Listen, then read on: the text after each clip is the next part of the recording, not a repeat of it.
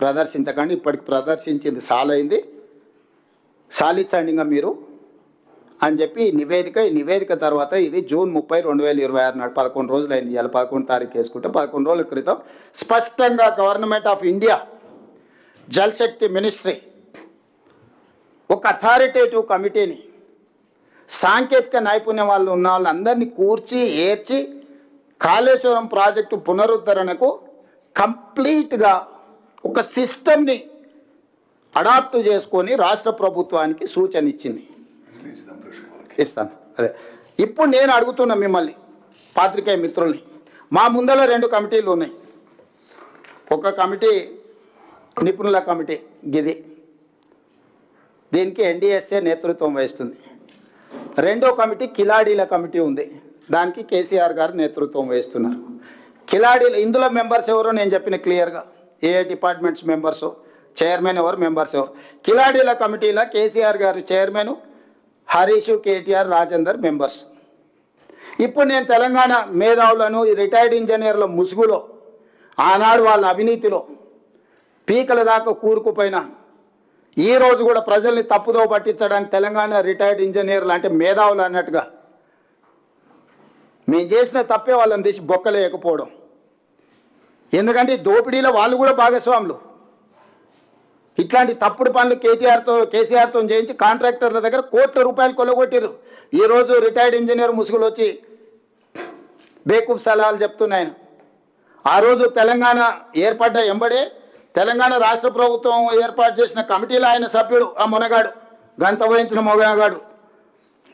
21/1/2017 నాడు retired senior ఇంజనీర్ల కమిటీతో GO number 28 ఇచ్చారు. అందులో retired CE Anantaramulu, retired CE Venkataramana Rao గారు, రిటైర్డ్ సిఈ చంద్రమౌళి గారు, రిటైర్డ్ సిఈ దామోదర్ రెడ్డి గారు, రిటైర్డ్ ఈ శ్యామ్ ప్రసాద్ రెడ్డితో కమిటీ ఏర్పాటు చేశారు. ఆ కమిటీ ఏం రిపోర్ట్ ఇచ్చింది? మేడిగడ్డ వద్ద బ్యారేజీ నిర్మాణం మంచిది కాదు, ఆర్థికంగా భారమే కాకుండా దీన్ని ఇక్కడ కడితే చాలా నష్టం జరుగుద్ది. మీరు ఒకవేళ తుమ్మిడియేటి నుంచి తరలించాలంటే ప్రాణహిత నదిపై వేమనపల్లి వద్ద బ్యారేజీ నిర్మించాలని చెప్పింది కూడా వీళ్ళే. మీరే స్వయంగా ఇక్కడ కట్టుడు తప్పు, కాస్ట్ పెరుగుద్ది అన్ని సలహాలు ఇచ్చి ఆ శ్యామ్ ప్రసాద్ రెడ్డి గారు నిన్న మొన్న బయటకు వచ్చి సన్నాయి నొక్కులు నొక్కుతుండు. ఎందుకంటే చెర్లపల్లి జైలుకు పంపలే కదా, చెర్లపల్లి జైలుకు పంపిస్తే తెలిసి ఉండేది అప్పుడు చేసిన తప్పులేందో, వాళ్ళ బాసులు చేసిన అప్పులేందో. ఇవాళ ఇట్లాంటి దుర్మార్గులను ముందల పెట్టుకొని ముసుగు తొడుక్కొని ఈ కిలాడి కమిటీ మా మీద ఒత్తిడి తెచ్చి ప్రజల ముందల మమ్మల్ని దోషులుగా నిలబెట్టాలనే ప్రయత్నం చేస్తుండ్రు.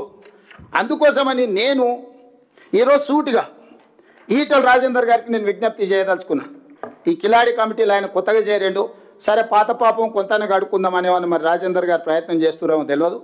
ఎందుకంటే ఆనాడు వారి భాగస్వామ్యం ఉందని ఘోష్ కమిషనే వారిని పిలిచింది, విచారించింది, ఇవన్నీ చేసి దాని కింద నేను 2 అంశాలను నేను ఈరోజు ప్రస్తావించదలుచుకున్నా. ఒకటి, రాష్ట్ర ప్రభుత్వం ముందలు ఉన్నది 2 కమిటీలు, ఒకటి ఎన్డీఎస్ఏ కమిటీ, 2 కిలాడి కమిటీ.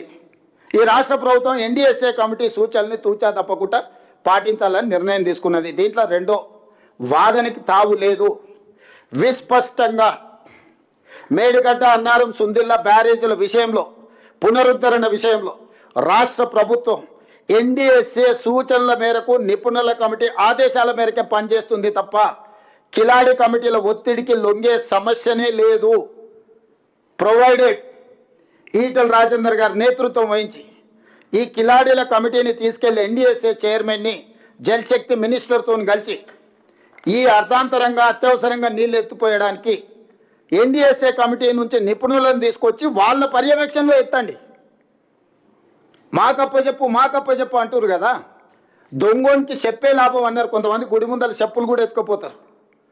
మామ అల్లులు అంతకంటే అతనికంటే గనుడు ఆచంట మల్లన్న అని మామ గుడిని మింగితే అల్లుడు గుడిలో ఉన్న లింగాన్ని కూడా మింగే రకం చూసినాం.